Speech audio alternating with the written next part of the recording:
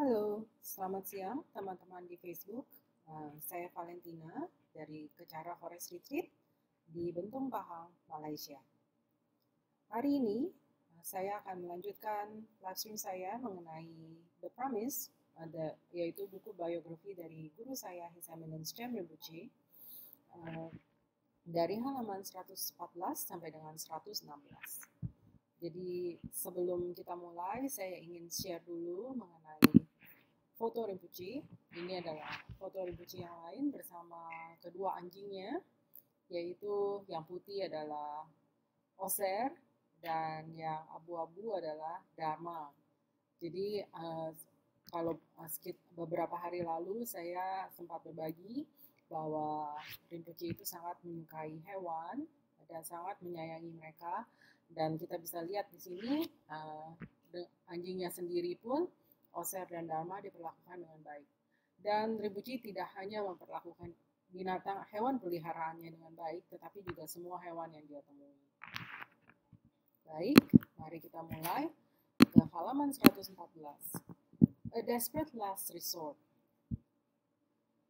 In between the first and second runaway attempts, Rinpoche tried to end his life for the first time on the eve of Easter by overdosing on medicine with Tibetan tea and praying to Manjushri.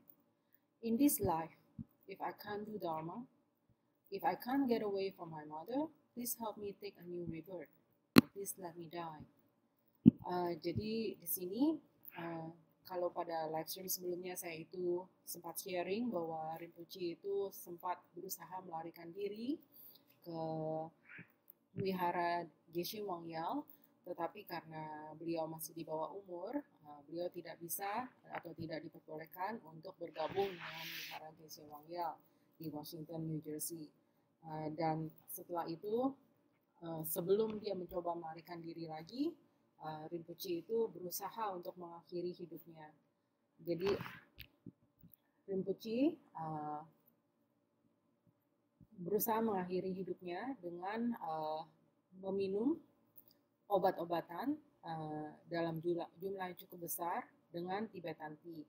Dan setelah dia meminum obat itu, Rinpoche berdoa kepada Manjushri, Buddha of Wisdom, apabila dalam hidup ini saya tidak bisa melakukan Dharma, apabila saya tidak bisa pergi dari ibu angkat saya, tolonglah saya agar saya bisa terlahir kembali di kehidupan yang baru.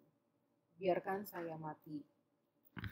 Dan the next morning, he woke up with a sinking, desperate feeling that the suicide attempt had failed, but a painful headache remained.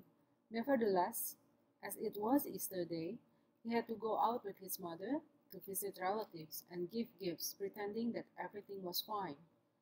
Tetapi upaya untuk mengakhiri hidupnya ini tidak berhasil, dan pada hari berikutnya Rinpoche itu terbangun dengan perasaan kecewa bahwa usahanya untuk mengakhiri hidupnya itu telah gagal.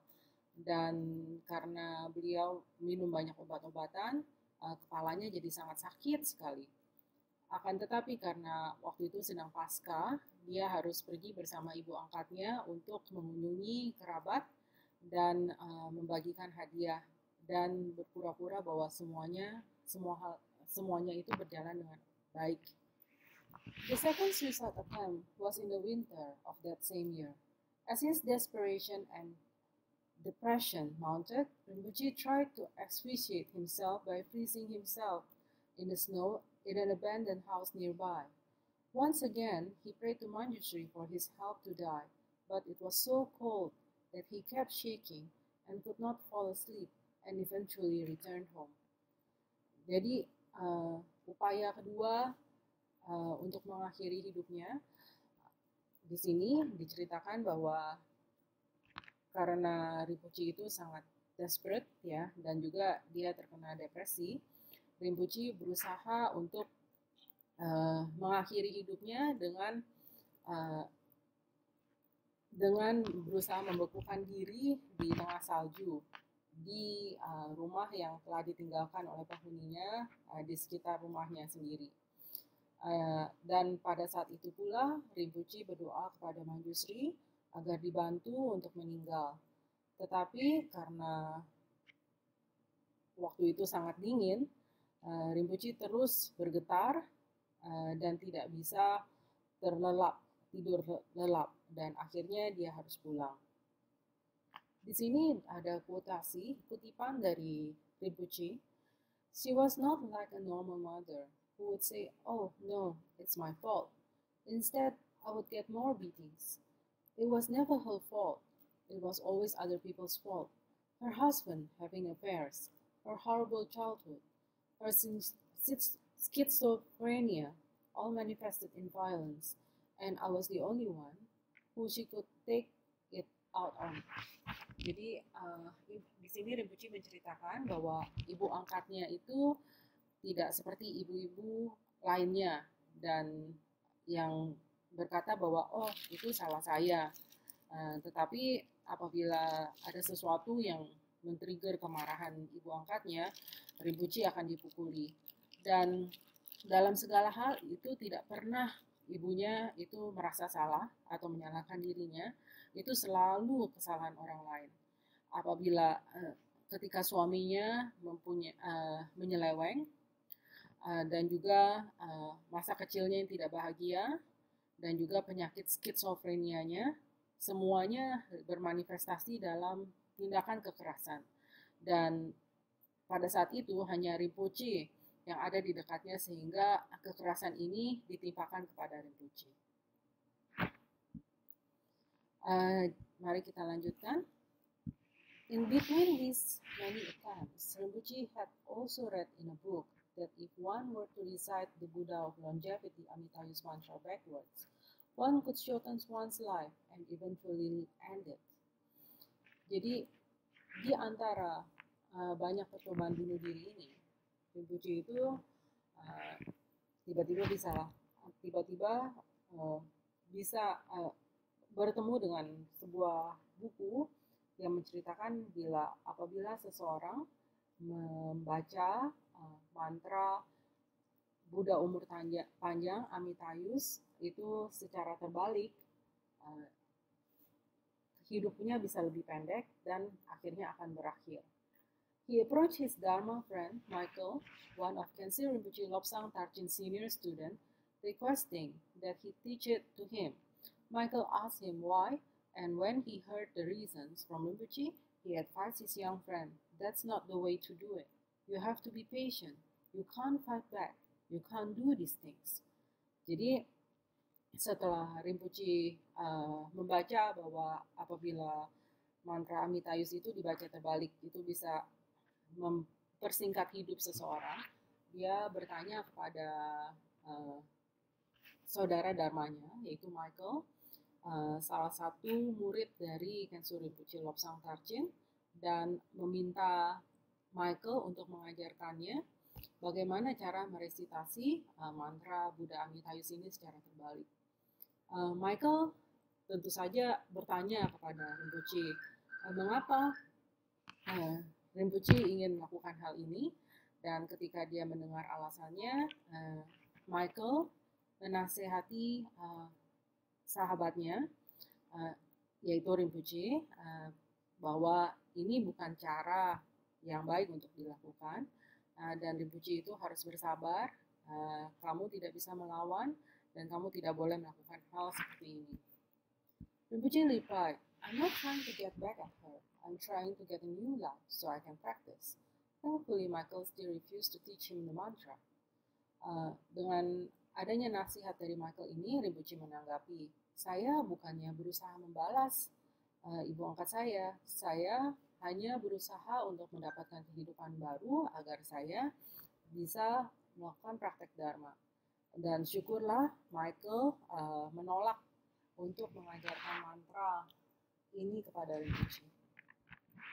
The struggles and intense obstacles at home were never a deterrent to Rinpoche's pursuit of Dharma.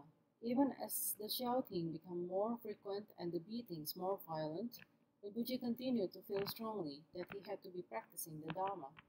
The thought of suicide was constantly at the back of his mind. His only motivation being that he wished to live a life where he could not practice and take rebirth into another situation where he could. Jadi kesulitan yang amat sangat di rumahnya itu tidak pernah menghalangi keinginan Rinpoche untuk melakukan praktek Dharma. Bahkan walaupun dia itu diteriaki dan juga dipukuli, Rinpoche tetap merasa memiliki perasaan kuat bahwa beliau itu harus mempraktekkan Dharma, dan pikiran untuk bunuh diri yang selalu ada di belakang pikirannya itu dilatar belakangi dengan motivasi bahwa dia ingin meninggalkan hidup di mana dia tidak bisa mempraktekkan Dharma dan mendapatkan kehidupan baru di situasi lain di mana dia bisa mempraktekkan Dharma. Jadi di sini kita lihat halaman 115 dan 116. Itu ada foto. Foto yang pertama di halaman 115 itu foto di hari Natal ya, Christmas 78, family Christmas celebration. Around this time, Rinpoche attempted to run away again and even tried to end his life.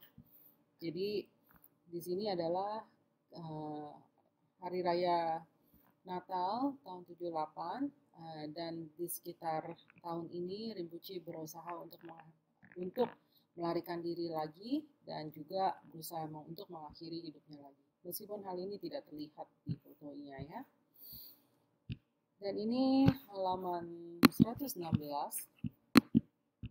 Foto yang pertama, Rinpoche with his cousins and their children, including Susi Gugaya, to his immediate right, who babysat him in his younger days. Rinpoche left his happy family life behind in New Jersey so that he could practice the Dharma. Jadi ini adalah foto Rinpoche dengan sepupu-sepupunya, termasuk Susi Gugayev yang duduk di sebelah Rinpoche. Dan jadi Rinpoche meninggalkan keluarganya dalam tanda kutip bahagia ya, sebetulnya karena beliau itu tidak merasa bahagia. Jadi Rinpoche meninggalkan keluarganya di New Jersey agar beliau bisa mempraktekkan Dharma. Di foto kedua, this old photo shows Rinpoche with his adoptive parents and sister around the time he ran away for the final time to California. Jadi ini adalah foto Rinpoche, yang di sebelah paling kanan itu adalah saudari angkatnya, ya, dan juga bayinya adalah itu anak dari saudarinya, dan bersama dengan dua orang tua angkatnya, Boris Bugayev and Dana Bugayev. Jadi foto ini diambil sekitar waktu Rinpoche akan melarikan diri untuk terakhir kalinya ke California. Jadi dengan sampainya kita pada halaman 116 ini, saya akan akhiri live stream hari ini dan sampai jumpa di live stream berikutnya. Terima kasih.